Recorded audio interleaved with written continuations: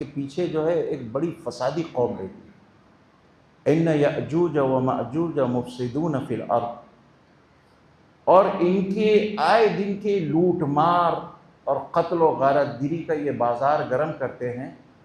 अभी हमारा तमद्दुन तरक्की करते करते करते जहाँ तक पहुँचता है, वो लूट मार करके और कत्ल आम करके ज़ीरो पे फिर पहुँचा देते हैं। फिर ज़ीरो से स्टार्ट होता है। फिर अगर 10, 20, 25, 50% तक पहुँचे, फिर एक इंसानों का, फसादियों का एक रेला आता है और जुल्म और बर्बरियत और कत्ल गारतगिरी का मुल्कों को उजाड़ कर चला जाता है। शहर के शहर और मुल्क के मुल्क उजाड़ कर चला जाता है। फिर इंसानी तमद्दुन का सफ़र जो चलते चलते वहाँ तक पहुँचा था, फिर वो ज़ीरो पर आ जाता है। बस यही हमारे साथ में तमाशा हो रहा है। तो यहाँ जो जिक्र किया है कुरान ने, फसाद का जिक्र किया है।